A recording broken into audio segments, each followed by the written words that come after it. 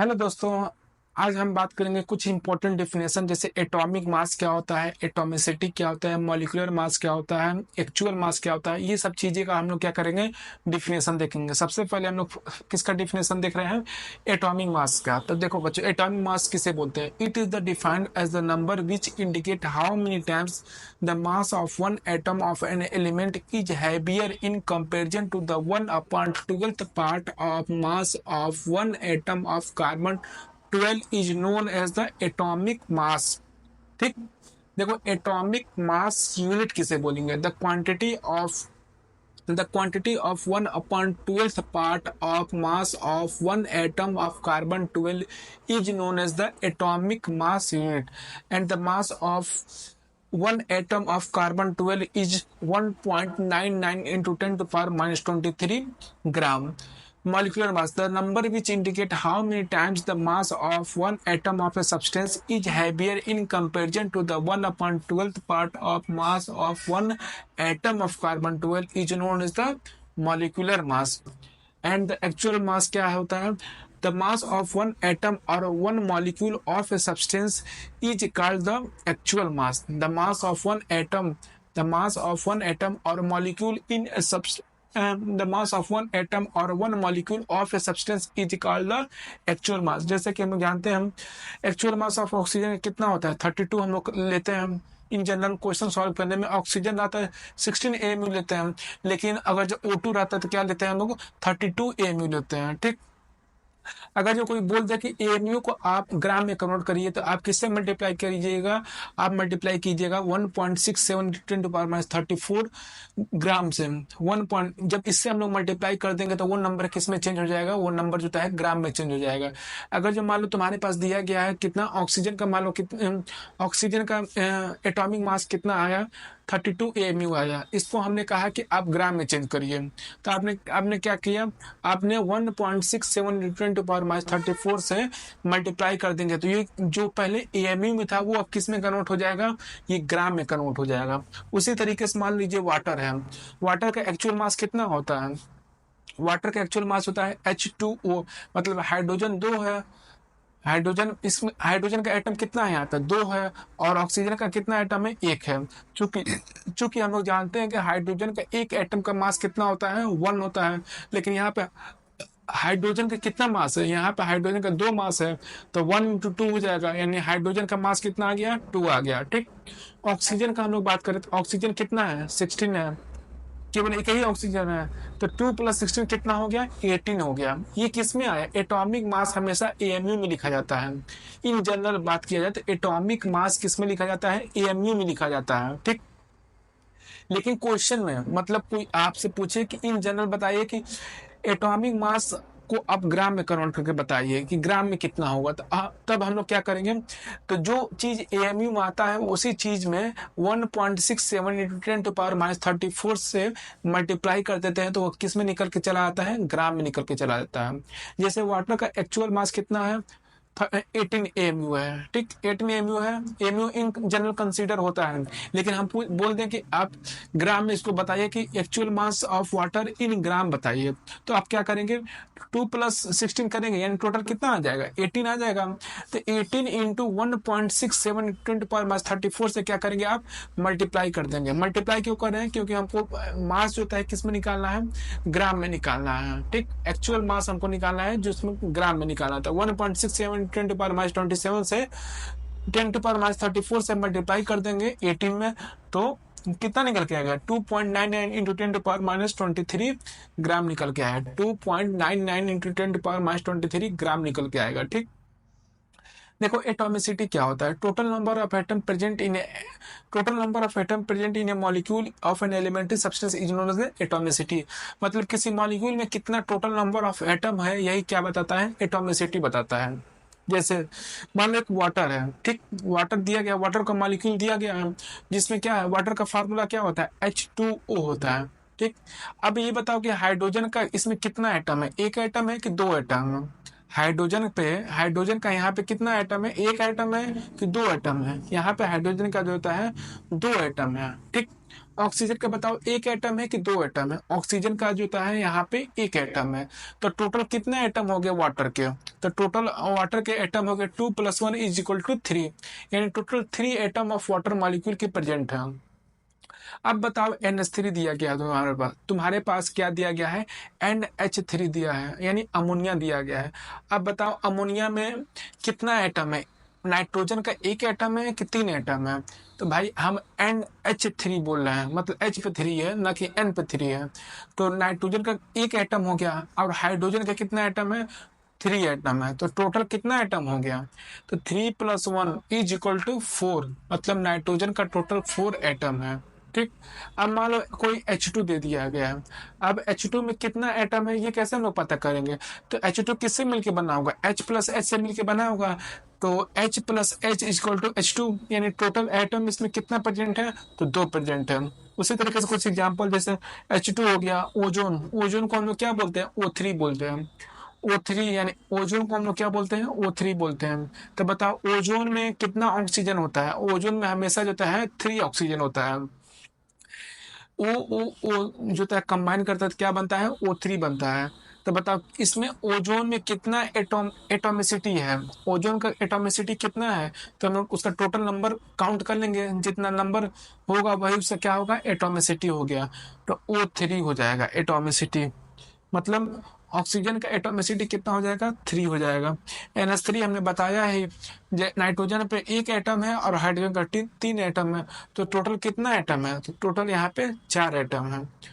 तो 3 + 1 = 4, मतलब टोटल जो है मतलब अमोनिया का 4 एटम है, यानी एटोमिसिटी ऑफ अमोनिया = 4। इसके हम लोग आगे आगे देखते हैं। अभी तक हम लोगों ने atomic mass, atomic unit, molecular mass, atomic mass, इन सब चीज़ों के बारे में हम लोग क्या कर चुके हैं, देख चुके हैं। अब इसके बाद हम लोग क्या करेंगे, कुछ न्यूमेरिकल क्वेश्चन देखेंगे कि इसके बेसिस पे न्यूमेरिकल क्वेश्चन कैसे होते हैं। तो फर्स्ट क्वेश्चन क्या लिखा गया है, find out the volume and the mole in 56 gram of N2 nitrogen eight HTP, मतलब मास हमको दे दिया है, कितना दिया है, 56 ग्राम हमको मास दे दिया है। किसका बात कर रहा है, नाइट्रोजन गैस का बात कर रहा है, यानी N2 गैस का बात कर रहा है। और किस पे बात कर रहा है, HTP पे, स्टैंडर्ड टेम्परेचर और प्रेशर पे बात कर रहा है। हमसे पूछ क्या रहा है, वॉल्यूम पूछ रहा है और मोल पूछ रहा है। क्योंकि हम लोग जानते हैं मोल निकालने के लिए फार्मूला क्या होता है, मोल बराबर होता है वेट अपॉन मॉलिक्यूलर वेट होता है। तो वेट हमको दे दिया है, कितना दिया है, वेट 56 ग्राम दिया है। और मॉलिक्यूलर वेट नाइट्रोजन का कितना होता है, तो 14 एक नाइट्रोजन का होता है। लेकिन N2 गैस यहाँ पे है तो 2 नाइट्रोजन का कितना हो जाएगा, 14 × 2 यानी 28 हो जाएगा। तो मोल ऑफ N2 गैस बराबर क्या हो जाएगा, वेट अपॉन मॉलिक्यूलर वेट हो जाएगा। वेट कितना दिया है, 56 ग्राम वेट दिया है। और मॉलिक्यूलर वेट नाइट्रोजन का कितना होता है, 28 AMU। तो 56/28 करेंगे कितना आ जाएगा, 2, यानी मोल सबको निकल कर आया है कितना, 2। तो मोल्स जब निकल के आ जाता है तो उसके बाद वॉल्यूम हम लोग कैसे निकालते हैं, तो उसके बाद हम लोग सेकंड फार्मूला यूज करते हैं। मोल बराबर क्या होता है, V/22.4 होता है। तो मोल हमको पता है कितना आया है, 2 आया है। V का वैल्यू हमको निकालना है 22.4, ये कांस्टेंट वैल्यू होती है। तो जब मल्टीप्लाई करेंगे तो कितना आएगा, 2 × 22.4, ये लीटर में आएगा, मल्टीप्लाई करें वो कितना आ जाएगा, 44.8 लीटर वॉल्यूम। मतलब इसका वॉल्यूम कितना आ रहा है, 44.8 लीटर आ रहा है। और इसका मोल कितना आ रहा है, 2 आ रहा है। तो जब भी क्वेश्चन में मास दे दिया रहा मतलब मास दे दिया रहता है, अब वो हम चेक करेंगे किस में दिया है, केजी में दिया है कि ग्राम में दिया है। अगर जो केजी में दिया रहता है तो उसको हम क्या करते हैं, ग्राम में कन्वर्ट करेंगे। अगर जो ग्राम में दिया रहे तो एज इट इज वही हम यूज करेंगे। तो जो मतलब जो मास दे दिया रहता है उसको में से मॉलिक्यूलर वेट से डिवाइड करके वहाँ से क्या निकल जाएगा, मोल निकल जाएगा। अब मोल जब एक बार निकल गया तो चाहे हमसे वॉल्यूम पूछे, चाहे वॉल्यूम लीटर में पूछे, चाहे मिलीलीटर में पूछे, लीटर में आएगा तो उसे 1000 से मल्टीप्लाई कर देंगे तो किस में कन्वर्ट हो जाएगा, मिलीलीटर में कन्वर्ट हो जाएगा। ठीक, या तो हमसे नंबर ऑफ एटम पूछे या तो नंबर ऑफ मॉलिक्यूल पूछे। जब हमारे पास मोल निकल आएगा तो हम कोई भी वैल्यू निकाल सकते हैं, चाहे वॉल्यूम निकाल सकते हैं, चाहे नंबर ऑफ एटम निकाल सकते हैं, चाहे नंबर ऑफ मॉलिक्यूल निकाल सकते हैं। तो मोल ऑफ N2 गैस क्या हुआ, 56/28 आ गया, तो यानी 2 आया उसका। तो फिर वॉल्यूम हम कैसे निकाले, तो मोल बराबर हम जानते हैं क्या होता है, V/22.4 होता है। मोल इक्वल टू क्या होता है, V/22.4 होता है। तो मोल का वैल्यू हमारे पास कितना आया, 2 आया। अब वी का वैल्यू हमको निकालना है, 22.4 होता है, तो मल्टीप्लाई कर देंगे कितना आ जाएगा, 44.8 लीटर। ये क्या आ जाएगा, हमारा वॉल्यूम आ जाएगा। नेक्स्ट क्वेश्चन देखो क्या लिखा गया है, calculate the volume and the mass of 0.2 mole of O3 at STP. इसमें देखो उस वाले क्वेश्चन में तुमको मास दिया गया था, इस वाले क्वेश्चन में मास दिया गया था, मोल और वॉल्यूम पूछा था। इस वाले क्वेश्चन में उसका जस्ट उल्टा है, इसमें क्या किया है, मोल तुमको दे दिया है, मोल दे दिया है, और इसमें मास और वॉल्यूम पूछ रहा है। जब मोल दे देता है तो और हम लोग के लिए आसान हो जाता है क्वेश्चन करना, क्योंकि हमको मोल निकालने की जरूरत नहीं पड़ती है, क्वेश्चन में ऑलरेडी दिया रहता है। तो मोल बराबर क्या होता है, वेट अपॉन मॉलिक्यूलर, मोल बराबर क्या होता है, वेट अपॉन मॉलिक्यूलर वेट होता है। वेट का वैल्यू को निकालना है, मोल का वैल्यू कितना दिया है क्वेश्चन में, 0.2 मोल दिया है। और मॉलिक्यूलर वेट हम जानते हैं ऑक्सीजन का, एक ऑक्सीजन का कितना होता है, 16 होता है। एक ऑक्सीजन का मॉलिक्यूलर वेट कितना होता है, 16 होता है। तो यहाँ पे कितने ऑक्सीजन है, 3 ऑक्सीजन है, तो O3 है, यानी 16 इंटू 3 करेंगे तो कितना आएगा, 48 आएगा। तो मोल बराबर क्या होता है, mole is equal to weight upon molecular weight, mole is equal to क्या हो गया 0.2 and weight upon molecular weight क्या हो गया 48 हो गया। तो मल्टीप्लाई कर देंगे कितना आ जाएगा, 9.6 ग्राम आ जाएगा। वेट इसका कितना आ जाएगा, 9.6 ग्राम आ जाएगा। अब सेकंड क्वेश्चन इसमें क्या पूछा था, मोल पूछा था। तो मोल बराबर क्या होता है, volume, mole is equal to क्या होता है, वॉल्यूम अपॉन 22.4 लीटर होता है। तो वॉल्यूम क्या हो जाएगा, मोल हमारे पास कितना निकल के आया, मोल हमारे पास निकल के, मोल तो क्वेश्चन में दिया ही गया था, कितना दिया गया था, 0.2 दिया गया था। उसमें से 22.4 को मल्टीप्लाई कर देंगे तो क्या निकल कर आएगा, वॉल्यूम निकल के हमारा आ जाएगा। तो 0.2 इंटू 22.4 कितना आ जाएगा, 44.8 लीटर। ये क्या आ जाएगा, वॉल्यूम निकल के आ गया। ठीक, थर्ड क्वेश्चन में देखो क्या लिखा गया है, find out the mass of 10 to power 21 molecule of copper. मतलब चाहे 10 टू पावर 21 मॉलिक्यूल देते हैं, चाहे एटम दे दे, चाहे वॉल्यूम देते, कुछ भी देते, तो पहले हम लोग क्या निकालते हैं, मोल निकालते हैं। इसमें क्या दिया है, मॉलिक्यूल दिया है। किसका मॉलिक्यूल दिया है, कॉपर का मॉलिक्यूल दिया है। कितना मॉलिक्यूल दिया है, 10 टू पावर 21 मॉलिक्यूल दिया है। तो पहले हम लोग सबसे पहले क्या निकालेंगे, सबसे पहले हम लोग मोल निकालेंगे। मोल निकालने के लिए फार्मूला क्या होता है, NO अपन Na होता है। तो NO का वैल्यू कितना हो जाएगा, NO का वैल्यू है 10 टू पावर 21 और Na का वैल्यू हम लोग जानते हैं कितना होता है, 6.022 इंटू 10 टू पावर 23 मॉलिक्यूल होता है। 6.022 इंटू 10 टू पावर 23 मॉलिक्यूल होता है, मतलब वो होता है एवोगैड्रो नंबर जिसको हम लोग बोलते हैं। तो मोल इज इक्वल टू क्या आ जाएगा, NO अपन Na यानी 6.22 10 to power 21 upon 6.022 into 10 to power 23। जब इसको हम लोग सॉल्व करेंगे, जब ऐसे इसको रहने दे, फिर हमसे क्वेश्चन में क्या पूछा है, मास पूछा है। तो हमारे पास मोल निकल कर आ गया, कितना निकल कर आया है, 10 to power 21 upon 6.022 into 10 to power 23। अब मोल निकल के आ गया, तो चूंकि हम लोग जानते हैं मोल जब निकल जाता है तो उसके बाद फार्मूला क्या होता है, मोल इज इक्वल टू होता है वेट अपॉन मॉलिक्यूलर वेट होता है। तो मोल हमारे पास निकल के आ गया। वेट हमसे पूछा है, मॉलिक्यूलर वेट हम लोग जानते हैं कॉपर का कितना मॉलिक्यूलर वेट होता है, कॉपर का मॉलिक्यूलर वेट होता है 63.5 होता है। कॉपर का मॉलिक्यूलर वेट कितना होता है, 63.5 होता है। तो mole is equal to weight upon molecular weight, mole कितना है 10 to power 21 upon 6.022 into 10 to power 23 is equal to mass of copper यानी x हो गया, अब molecular weight of the copper यानी 63.5 हो गया। जब इसमें मल्टीप्लाई कर दो कितना आ जाएगा, x इज इक्वल टू 0.106 ग्राम आ जाएगा। कितना उसका वेट आ जाएगा 0.106 ग्राम, 0.106 ग्राम आ जाएगा। नेक्स्ट क्वेश्चन देखो क्या लिखा गया है, calculate the number of molecule and the number of atom present in 1 gram of nitrogen. Calculate the number of molecule and the number of atom present in 1 gram of nitrogen. Calculate the number of molecule पूछ रहा है और number of atom पूछ रहा है, किसमें, 1 gram nitrogen में। 1 gram nitrogen में कितने नंबर ऑफ मॉलिक्यूल और कितने नंबर ऑफ एटम प्रेजेंट रहेंगे हमको ये बताना है। तो मोल बराबर क्या होता है, वेट अपन मॉलिक्यूलर वेट होता है। इसमें मास तुमको दिया गया है, कितना दिया गया है, 1 ग्राम दिया है। मॉलिक्यूलर वेट हमको पता होता है, नाइट्रोजन का कितना होता है, 28 होता है। नाइट्रोजन गैस का कितना होता है, 28 होता है। तो 1/28 ये क्या निकल के आया, ये निकल के आया कि मोल उसका कितना है। अब हमसे पूछ रहा है कि N2 गैस जो है इसमें टोटल नंबर ऑफ मॉलिक्यूल कितने हैं, टोटल नंबर ऑफ मॉलिक्यूल कितने हैं और टोटल नंबर ऑफ एटम कितने हैं। चूंकि हम जानते हैं N2 जो N2 है वो क्या है, एक मॉलिक्यूल है। N2 H2 H2O O2 CO2 ये सब क्या है, मॉलिक्यूल है। मतलब एक या एक से अधिक एटम से जो मिलके कंबाइन होता है उसी को हम लोग क्या बोलते हैं, मॉलिक्यूल बोलते हैं। उसी को हम लोग क्या बोलते हैं, मॉलिक्यूल। जैसे देखो डिफरेंट डिफरेंट चीज जब कंबाइन होता है तो वो क्या बनता है, कंपाउंड बनता है। लेकिन सेम सेम चीज जब कंपाउंड होता है तो वो क्या होता है, मॉलिक्यूल बनता है। जैसे मान लो नाइट्रोजन गैस कैसे बना होगा, N+N कंबाइन हुआ होगा, क्या बना होगा, N2 गैस बना होगा। जैसे O2 गैस कैसे बना होगा, O+O कंबाइन हुआ होगा तो क्या बना होगा, O2 गैस बना होगा। तो बताओ O ये क्या है, एटम है कि मॉलिक्यूल है, ये सब जो है एटम है। जो कंबाइन हुआ O कंबाइन हुआ क्या बना, O2 गैस बना, ये सब क्या है, मॉलिक्यूल है। अब जैसे मान लो H2+O इज इक्वल टू क्या हुआ, H2O हुआ ना। तो अब ये बताओ H2 क्या है, एटम है कि मॉलिक्यूल है कि कंपाउंड है। H2 जो होता है मॉलिक्यूल है, ठीक। ऑक्सीजन O इसमें क्या है, केवल एक ही एटम है, तो ये क्या है, एटम है, मतलब सिंगल एटम है। और इन दोनों से मिलकर क्या बना, H2O मिलके बना, तो क्या हो गया, H2O, यानी H2O जो है कंपाउंड हो गया। उसी तरीके से N2 गैस है तो N2 में 1 मॉलिक्यूल है, N2 का 1 मॉलिक्यूल है, ठीक। एटम तो है नहीं, क्योंकि नाइट्रोजन कंबाइन होकर क्या बना है, N2 गैस बना है। इस नाते N2 क्या है, एक मॉलिक्यूल है। अब N2 में क्या है, कितने टोटल नंबर ऑफ एटम है, तो N2 में टोटल नंबर ऑफ एटम क्या है, 2 हैं। तो समझ में आया ना, नाइट्रोजन गैस में मॉलिक्यूल तो एक है लेकिन नंबर ऑफ एटम क्या है, 2 हैं।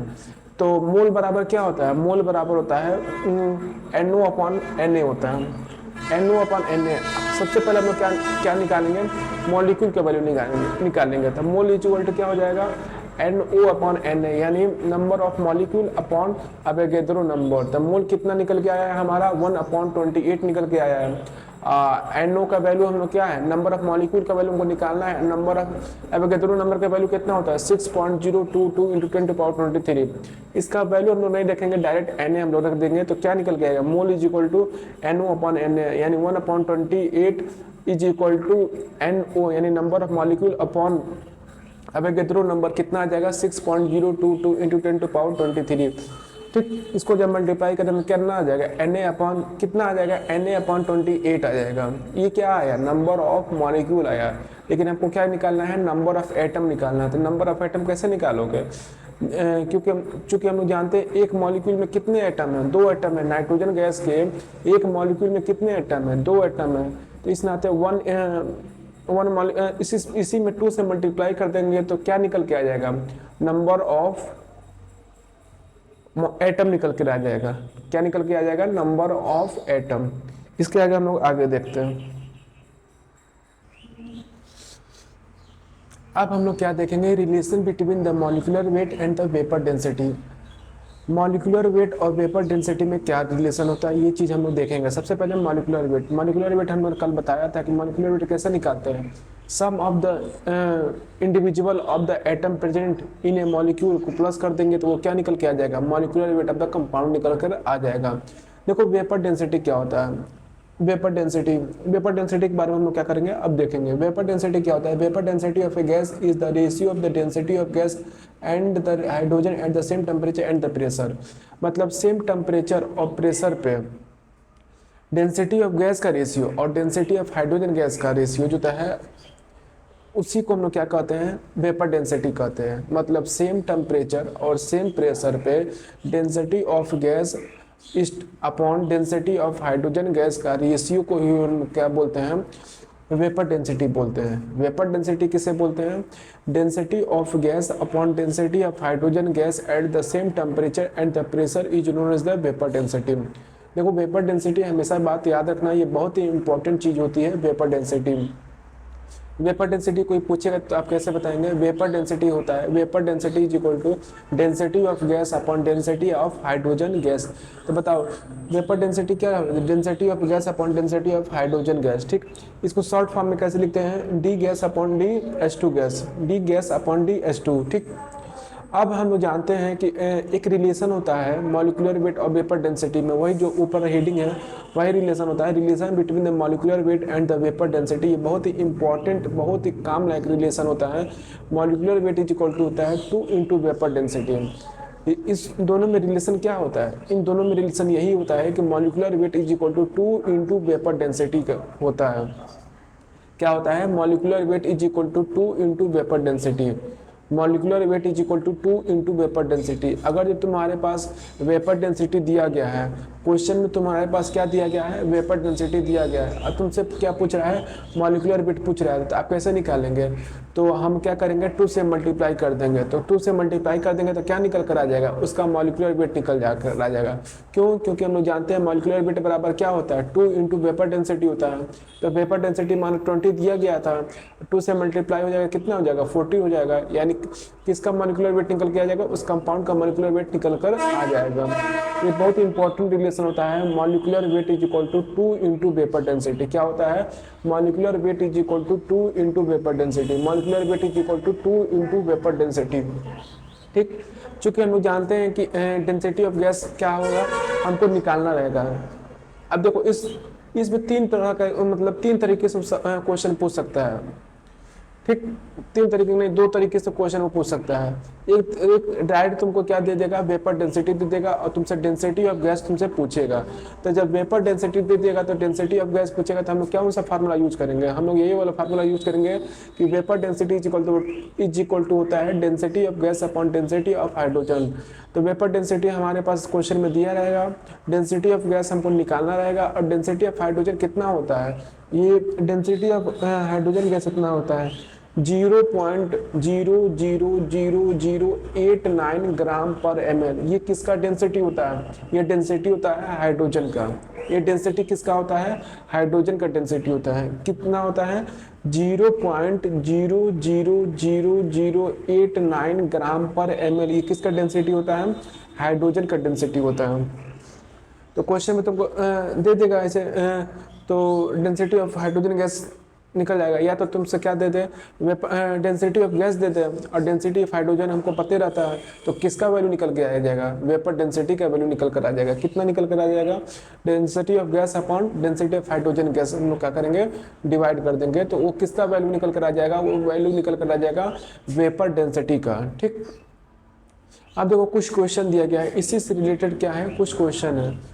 देखो फर्स्ट क्वेश्चन में लिखा गया है, calculate the number of atoms of chlorine in 2.08 gram of BaCl2। हमको क्या बोल रहा है कि कितने टोटल नंबर ऑफ क्लोरीन, हमको टोटल नंबर ऑफ क्लोरीन के एटम को बताना है, किसमें? 2.08 ग्राम ऑफ BaCl2। मतलब इतना ग्राम मास में हमको BaCl2 में हमको एटम का, मतलब total number of atom of molecule chlorine हमको बताना है। तो कैसे निकालेंगे? मॉलिक्यूलर, सबसे पहले हम लोग क्या निकालते हैं? हमने कहा ना कि मास आपको दिया रहे, क्वेश्चन में कुछ भी पूछे तो हमको किसकी जरूरत पड़ती है? हमको हमेशा मोल की जरूरत पड़ती है। तो मोल बराबर क्या होता है? वेट अपॉन मॉलिक्यूलर वेट होता है। वेट तो हमको क्वेश्चन में दिया है, कितना दिया है?